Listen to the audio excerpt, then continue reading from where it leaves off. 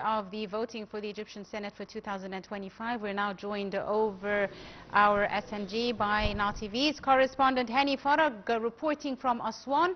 Hany, it's a very good afternoon to you. Yes, very good afternoon to you. All my greetings to you and dear viewers from Aswan. Yes, of course, we are already at the second and the final day of this Senate election marathon 2025.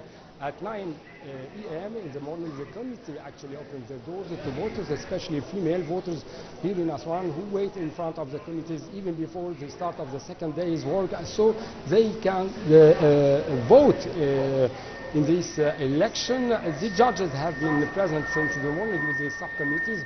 Members here in Aswan, which number 190 committees inside all Aswan electorate standing, all the constituency of Aswan is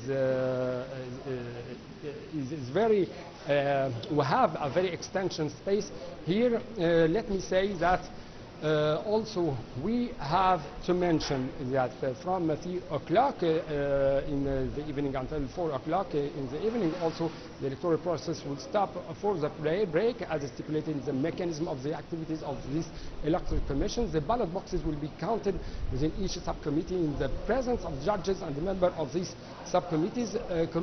Then, or ballot boxes will be transferred in fact, to the headquarters here, 8 headquarters, general headquarters of these general committees. The total subcommittees here is 180 committees. So let me say that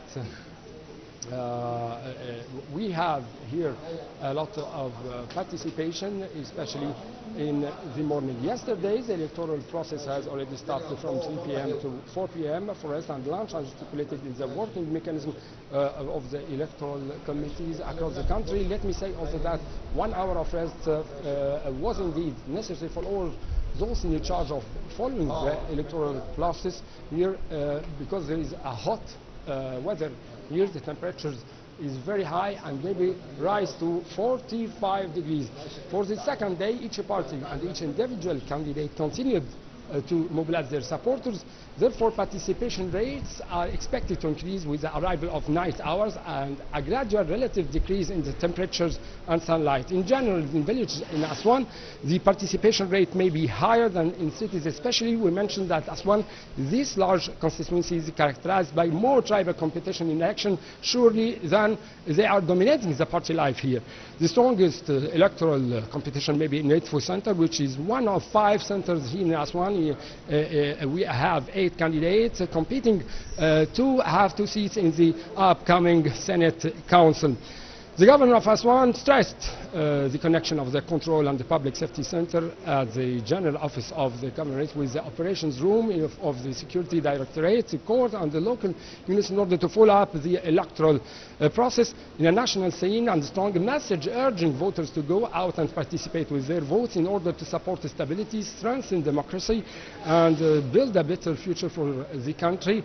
The governor participated during his inspection tour to follow up the progress of the Senate elections to other religious figures, Muslims and the Christian figures here. This was a message to send it to the citizens.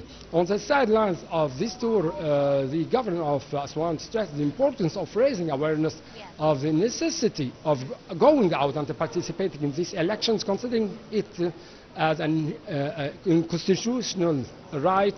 Then the citizens in Aswan can really choose their candidates. He pointed out that in this period we have, or in this period of elections and voting, there was a great opportunity to the citizens in order to choose their candidates in order to represent them in the upcoming council. And let me say that we have already on the ground positive participation from these voters. Let me say. The heat and the temperature and the very hot weather in Aswan. I'll have to leave it at that. Now TV's correspondent Hany Farag, thank you very much for your update, and of course we'll be joining you throughout the day for further updates.